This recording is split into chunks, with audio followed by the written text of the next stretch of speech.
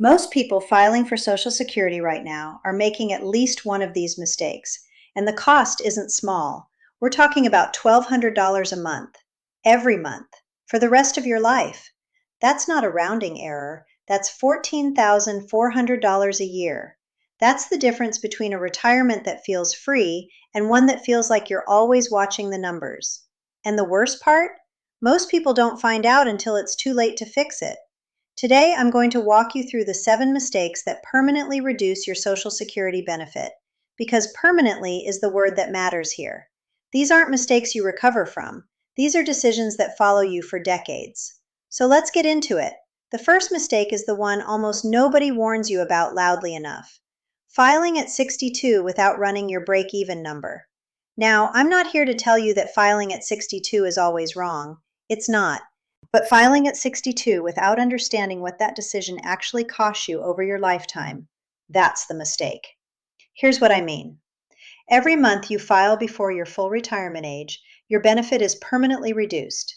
Not temporarily, permanently.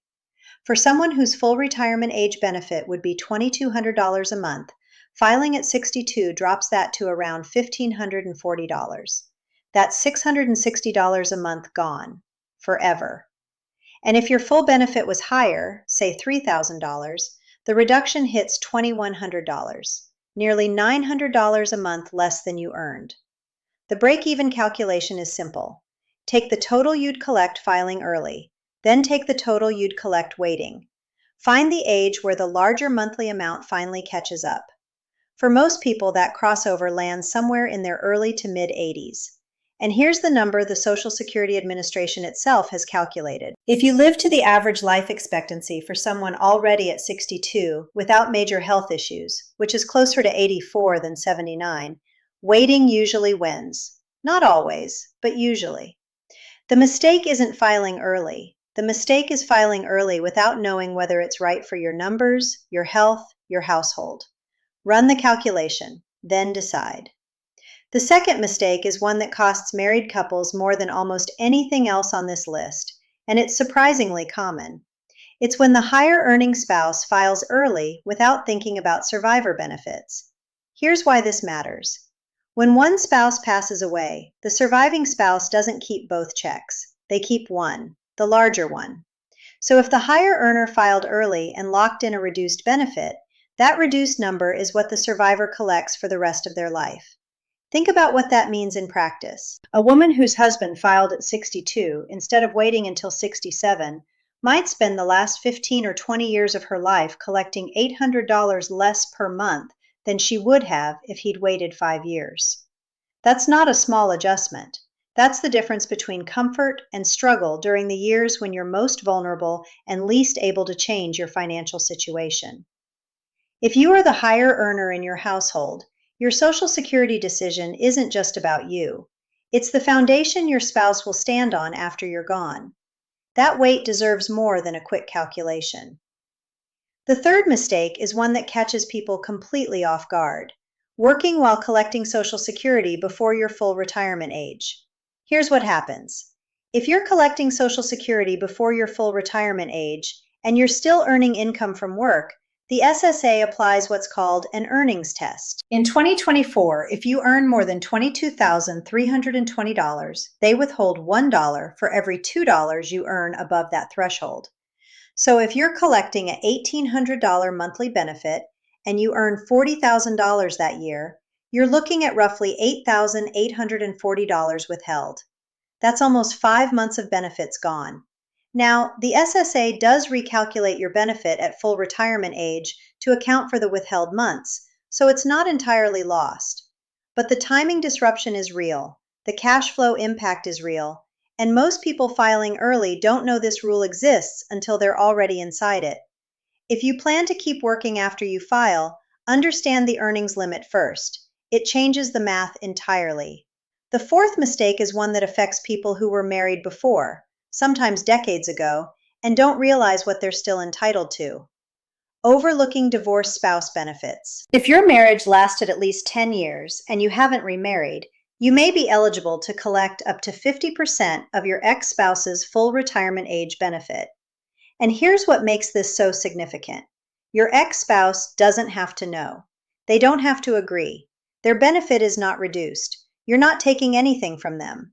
The Social Security Administration has set this benefit aside for you specifically, and millions of divorced Americans leave it unclaimed every year simply because they didn't know it existed or didn't think they qualified.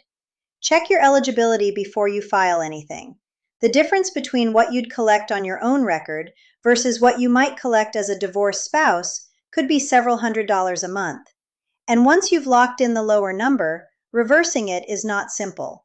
The fifth mistake is one of the quietest on this list, but it compounds over time in a way that's genuinely painful to watch. It's ignoring the tax implications of when and how much you collect. Up to 85% of your Social Security benefit can be subject to federal income tax. Whether it is and how much depends on what the IRS calls your combined income, which is your adjusted gross income plus any non-taxable interest plus half of your Social Security benefit. If that combined number exceeds $34,000 for an individual or $44,000 for a couple, up to 85% of your benefit is taxable. Now here's where the mistake happens. Many people retire and then delay taking Social Security, which is often smart. But during those early retirement years before required minimum distributions kick in, their taxable income is unusually low.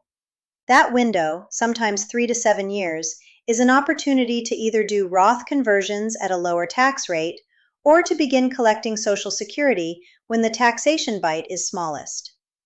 Once RMDs start, your taxable income jumps, and suddenly your Social Security benefit, which you've been holding back to maximize the monthly amount, is being taxed at a rate that erodes a significant portion of that maximization. The strategy here isn't one size fits all, but ignoring taxes in your Social Security timing decision is always a mistake. The sixth mistake is one that people in certain professions make without realizing it until retirement is already underway. It involves two provisions most people have never heard of, called the Windfall Elimination Provision and the Government Pension Offset. If you worked for a government employer, a school district, a public agency, a municipal job, any position that paid into a pension instead of Social Security, these two rules may significantly reduce what you collect.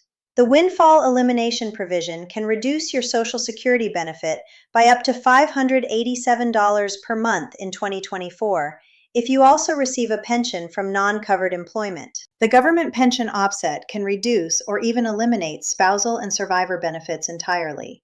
These aren't obscure edge cases. Teachers, firefighters, police officers, state and federal employees across the country are affected by these rules. And the reduction isn't announced loudly when you apply. It shows up in your first check. If you have any government employment in your work history, verify how these provisions apply to your specific situation before you file, not after. The seventh mistake is the one that ties all the others together, and it's the most expensive of all. Making this decision alone, with incomplete information, under time pressure. Social Security filing is not a form you fill out and forget. It's a strategy, and strategy requires the full picture.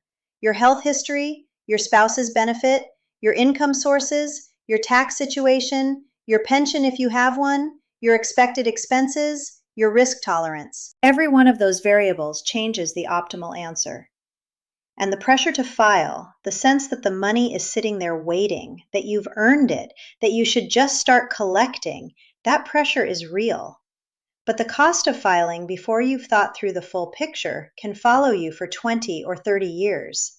We've seen it happen. Someone files at 62 because they retired early and felt like they had to start the benefit.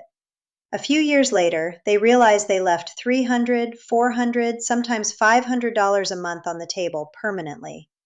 By then, the options to course correct are narrow. The suspension strategy has its own rules and time windows. The do-over option, which allows you to repay benefits and refile, must happen within 12 months of your original filing date. After that, the decision is largely final. So here's what to take from this.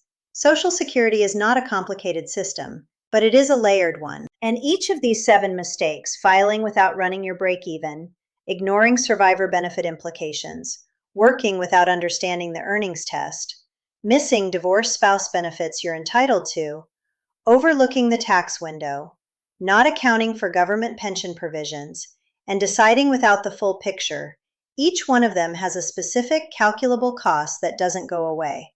The $1,200 a month we talked about at the beginning is not a scare number. It's a real number that represents what the gap between an uninformed filing decision and an informed one can look like over time. You have worked your entire career building this benefit. The decision of when and how to collect it deserves the same seriousness you brought to every other major financial decision in your life. Take the time, run the numbers, and if you're unsure, talk to someone who can look at your specific situation, not just a general rule, before you sign anything.